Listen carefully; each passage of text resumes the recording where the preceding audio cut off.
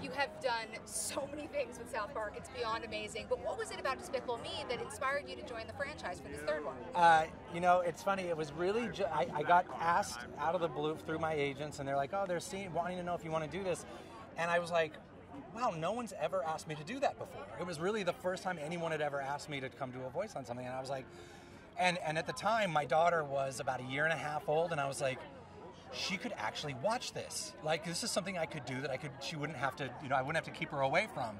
So it was kind of great, and it kind of like all comes down to, this was the moment this was the day I was always thinking about, was being able to take my daughter to a premiere and say, yeah, see, I did that, because I can't do that with South Park, because I'm like, Daddy does this, you can't watch it, but this is what Daddy does, Do you think people were afraid to ask you to do something?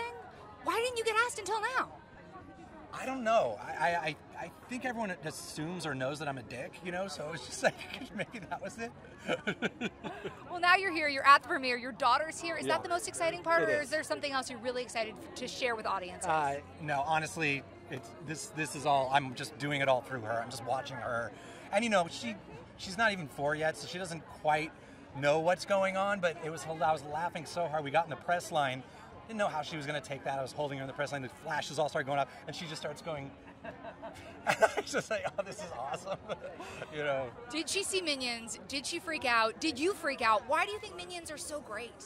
It's a mathematical equation. It actually is a perfect 8 semitones. You take your voice, you pitch it up 8 semitones, and it's the same as the mice in Cinderella. It's the same as what we did in South Park for Member Berries.